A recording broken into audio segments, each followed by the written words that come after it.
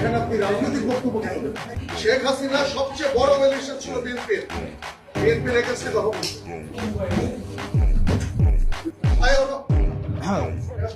চাঁদাবাজ এর বিরুদ্ধে সবসময় আমাদের কথা বলতে হবে। যারা চাঁদাবাজ, যারা মামলাবাজ, যতই হোক, বিশেষ করে এটা তো শালীনতা হইলো না। আমরা তো আপনাদের কাছ থেকে শালীনতা, ভদ্রতা, একজন কথা বললে আরেকজন কথা বলতে হয় না, এই ভদ্রতাটাই আপনারা শিখেন। গণতন্ত্র মানে এটা না যে সবসময় শুধুমাত্র আপনার প্রিয় কথা আপনার সামনে বলা হবে, আপনার প্রিয় মানুষের সবসময় স্তুতি গাওয়া হবে, এটা জুলাই না। আসলে আমাদের এই বসে আসা কথা বলতে হয়, আমার লজ্জা লাগে আসলে।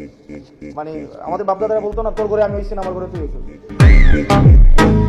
আমাকে আপনি প্রশ্ন করবেন, আপনি যতক্ষণ পর্যন্ত প্রশ্ন অব্যাহত থাকবে ততক্ষণ পর্যন্ত আপনি রাইট রেখে থাকবেন। আর যখনই আপনার প্রশ্নের পরিবর্তে শুধুমাত্র স্তুতি গাওয়া হবে, জবাবদিহিতার পরিবর্তে স্বেচ্ছাচারিতা অব্যাহত থাকবে, তখন প্রত্যেকটা মানুষ হাসিনা হবে।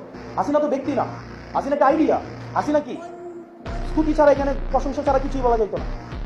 প্রেস কনফারেন্সগুলো কি হইতো, প্রত্যেকটা প্রশ্ন করা হয়তো খুশি করার জন্য, এবং একটা প্রশ্নের বিনিময়ে একটা দেশের অ্যাম্বাসি ডিজি। আপনি রাজনীতির ঊর্ধ্বে কি? আপনাদের ডিজি যখন বসাইছে আমি দেখছি না যে অফিস করতে দিচ্ছেন, আপনারা দেন নাই, তখন রাজনীতি যে আপনারা ডিল করছেন। কোন জিনিসটা রাজনীতির ঊর্ধ্বে? হসপিটালগুলো অধপতন কেন? টেন্ডার বাণিজ্য হয় না, আপনি অস্বীকার করতে পারবেন। আমি আসনাদ আব্দুল্লাহ সাক্ষী, আপনাদের কোনো স্বাস্থ্য সেবার আমি 6টা মাস আমি ক্লোজলি ডিল করেছি। আপনাদের পোস্টিং প্রমোশন এগুলো রাজনৈতিকভাবে ডিল করা হয় না? আপনি বলতে পারবেন। এখন যারা ঢাকায় এসে প্রত্যেকটা দল কোনো না কোনো ভাবে হচ্ছে, যারা ভালো পোস্টিংগুলো পাচ্ছে কোনো না কোনো ভাবে হচ্ছে আপনার সম্ভাব্য যারা সরকারপন্থী সরকারে হবে তাদের অ্যালায়েন্স, এটাকে আপনি অস্বীকার করতে পারবেন? কোনোভাবে অস্বীকার করার সুযোগ নাই। আপনি যাই হন না কেন, যেই হন না কেন, আপনারা ভুলে যান না আপনি 5 আগস্ট পরবর্তী সময়ে কথা বলছেন।